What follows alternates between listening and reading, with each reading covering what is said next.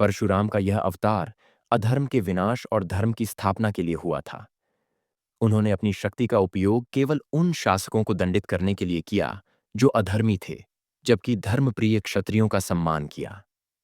परशुराम के इस अद्भुत साहस और उनके कार्यों ने पूरे संसार को एक महत्वपूर्ण संदेश दिया कि जब अधर्म और अत्याचार अपनी सीमा पार कर जाते हैं, तो भगवान अवतार लेकर उसे नष्ट करने के लिए आते हैं। भगवान राम विष्णु के 7वें अवतार हैं और उनकी कहानी को रामायण नामक महाकाव्य में विस्तार से बताया गया है। भगवान राम का जन्म अयोध्या के राजा दशरथ और रानी कौशल्या के घर हुआ था। उनकी 3 और रानियां हो थीं, सुमित्रा और कैकेयी। राजा दशरथ ने संतान प्राप्ति के लिए यज्ञ कराया, जिससे राम और उनके 3 भाई लक्ष्मण, भरत और शत्रुघ्न का जन्म हुआ। राम का बचपन अत्यंत साधारण और विनम्रता से भरा था और वे सदैव अपने माता पिता और गुरु की आज्ञा का पालन करते थे। भगवान राम के गुरु का नाम महर्षि विश्वामित्र था। उन्होंने ताड़का, सुबाहु और मारीच जैसे राक्षसों का वध कर धर्म की रक्षा की। इस दौरान राम का विवाह सीता से हुआ, जो मिथिला के राजा जनक की पुत्री थीं।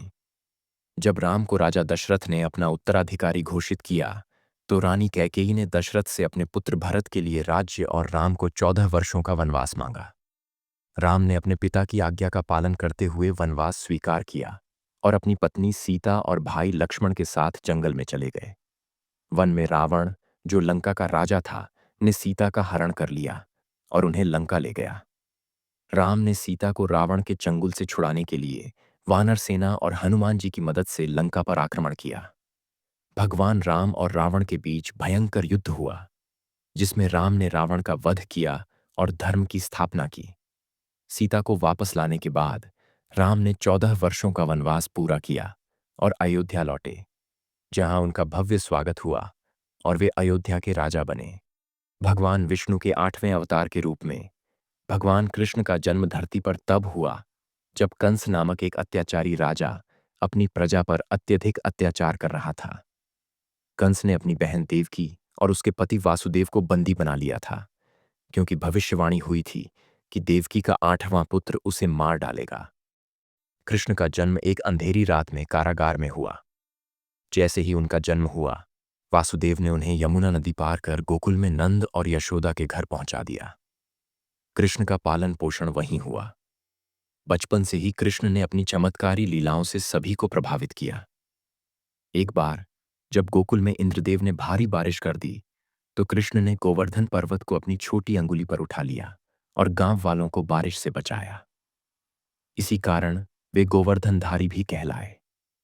जवानी में कृष्ण ने मथुरा लौटकर अत्याचारी कंस का वध किया और प्रजा को उसके आतंक से मुक्त किया। इसके बाद उन्होंने द्वारका में अपनी नगरी बसाई। महाभारत के युद्ध में उन्होंने अर्जुन को जीवन के सत्य और धर्म का ज्ञान दिया, जिसे श्रीमद् भगवत गीता के रूप में जाना जाता है।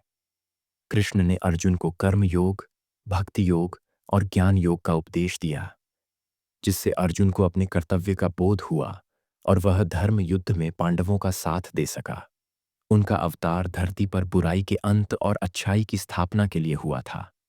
भगवान विष्णु का 9वां अवतार बुद्ध के रूप में हुआ। गौतम बुद्ध का जन्म संसार में लोगों को अज्ञानता, दुख और हिंसा से मुक्ति दिलाने के लिए हुआ था। भगवान विष्णु ने गौतम बुद्ध के रूप में अवतार लिया ताकि वे मानव जाति को सत्य, अहिंसा और करुणा का मार्ग दिखा सकें। उस समय समाज में बहुत ज्यादा हिंसा, अशांति और अज्ञानता फैली हुई थी। लोग धार्मिक कर्मकांडों में लिप्त थे और अनेक जगहों पर पशु बलि की प्रथा प्रचलित थी। ऐसे में भगवान बुद्ध ने जन्म लेकर संसार को अहिंसा का महत्व समझाया और यह बताया कि किसी भी जीव को कष्ट देने से कभी सच्ची शांति नहीं मिल सकती। बुद्ध ने लोगों को बताया कि जीवन में दुख का कारण हमारी इच्छाएं हैं और इन्हें छोड़कर ही सच्चा सुख पाया जा सकता है। उन्होंने ध्यान, प्रज्ञा और आत्मज्ञान का मार्ग दिखाकर लोगों को आध्यात्मिकता की ओर अग्रसर किया। उनके जन्म का मुख्य उद्देश्य मानवता को शांति और प्रेम का संदेश देना था, ताकि लोग अपने जीवन में सही मार्ग पर चल सकें और मोक्ष प्राप्त कर सकें। भगवान विष्णु के 10वें अवतार का नाम कल्कि है, जो अभी तक प्रकट नहीं हुए हैं। यह अवतार भविष्य में कलयुग के अंत में होगा जब इस संसार में पाप, अधर्म और अन्याय अपनी चरम सीमा पर पहुंच जाएगा, तब भगवान विष्णु कल्कि के रूप में धरती पर अवतार लेंगे। कहा जाता है कि उस समय मानवता अपने सबसे अंधकारमय दौर में होगी, जहां लोग धर्म, सत्य और नैतिकता को भूल चुके होंगे। कल की अवतार में भगवान विष्णु एक सफेद घोड़े पर सवार होकर प्रकट होंगे। उनके हाथों में एक चमचमाती तलवार होगी, जो अन्याय और अधर्म का नाश करेगी। इस तलवार से वे पापियों का संहार करेंगे और पृथ्वी को फिर से पवित्र बनाएंगे। उनका उद्देश्य होगा संसार में धर्म की पुनः स्थापना करना और सत्य युग की शुरुआत करना। कल की अवतार का वर्णन कई पुराणों में मिलता है। ऐसा कहा गया है कि वे दुनिया को अधर्म और अन्याय से मुक्त कर एक नया युग लाएंगे, जिसे सत्य युग कहा जाता है। इस युग में फिर से सत्य, धर्म और शांति का राज होगा। भगवान कल्कि के इस अवतार के माध्यम से दुनिया में संतुलन फिर से बहाल होगा और मानवता को एक नई दिशा मिलेगी।